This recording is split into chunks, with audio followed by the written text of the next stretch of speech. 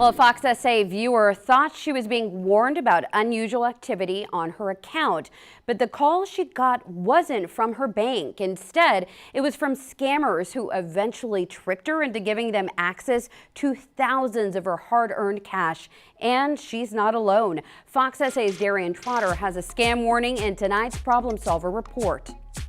And I was uncontrollably crying. I was like, oh my gosh, this guy just stole my money. Like, what I've seen happen on TV just happened to me. Angelica Patino fell for a scam and now joins the growing list of bank customers built out of their hard-earned cash. It still makes me mad because that's my money. I work hard for our money. Like a growing number of bank customers, it all started with a phone call and a familiar name on the caller ID. It said USAA. The USAA ID is the only reason Angelica says she answered. She was on the road with her kids, driving from Lubbock to San Antonio, and figured if USAA was calling, it had to be important. They had all my information. They had my address. They had my phone number, they had my login information. And so I really thought I was talking to USAA.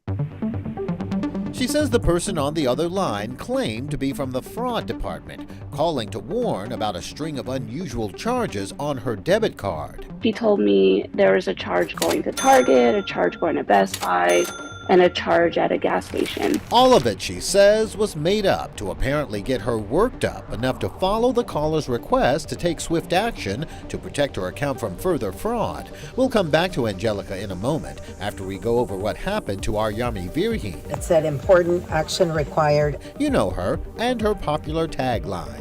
And remember, you can run, but you can't hide from Fox SA viewers. Yeah, her. Well, look at what she got via text. It looks like an urgent fraud warning from USAA asking Yami to review her employer information. But take a look at this line that reads, associated with you account. If improper use of grammar wasn't a red flag, the fact that Yami is not a USA member sure was. So she turned it over to me. Bank fraud is a serious problem nationwide, and it's not limited to any one financial institution. Recent stats show 3 out of 10 bank customers experienced some type of fraud within the past year. Imposter scams remain the top fraud category, resulting in $2.7 billion in losses.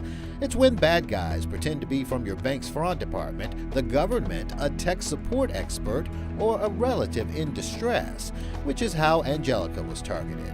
Before she knew she was tricked, she was grateful for the fraud alert. I'm thanking this guy, and he's like, oh yeah. He was like, I'm here for you, anything you need. In order to protect her account, she says the man on the line talked her into removing the compromised card from her wallet and Apple Watch. Next, to see if the removal was successful, he had her first try to transfer $2,000 to her Apple Cash balance. It went through.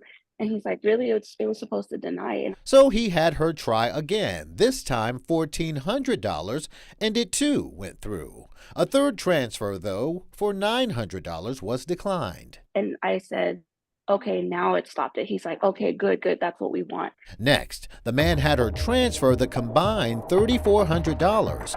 After convincing her the old routing and account numbers were compromised, he conveniently provided her new numbers to make the transfer. But that money did not go into her account. Then I asked him, I was like, why does my savings account only say $200? And then he hung up on me. And I was like, in that moment when he hung up, I was like, oh my gosh, I just got scammed. Hoping she was wrong, Angelica called USAA. He was like, ma'am, you have not talked to USAA today. She says USAA gave her a temporary credit for $3,400 while they investigated her fraud claim. The next month, they said that it wasn't fraudulent, that I allowed this to happen because I transferred it to my Apple Cash and then transferred it to him.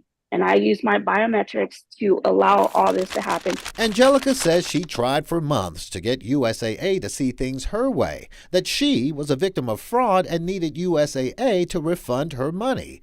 But nothing, she said, would work. I can't believe it happened. I hear stories about it all the time, and it's crazy that it happened to me. And USAA did nothing about it. After a series of our report on bank fraud at USAA, the company announced internal changes to the way they address bank fraud and the members who become victims. They include a public apology and recommitment to give members the support they deserve.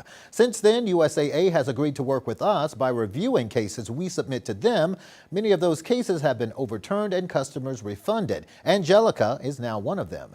USAA refunded her money minus what she had spent during the provisional credit. Problem solved. I'm Fox SA's investigative problem solver, Darian Trotter.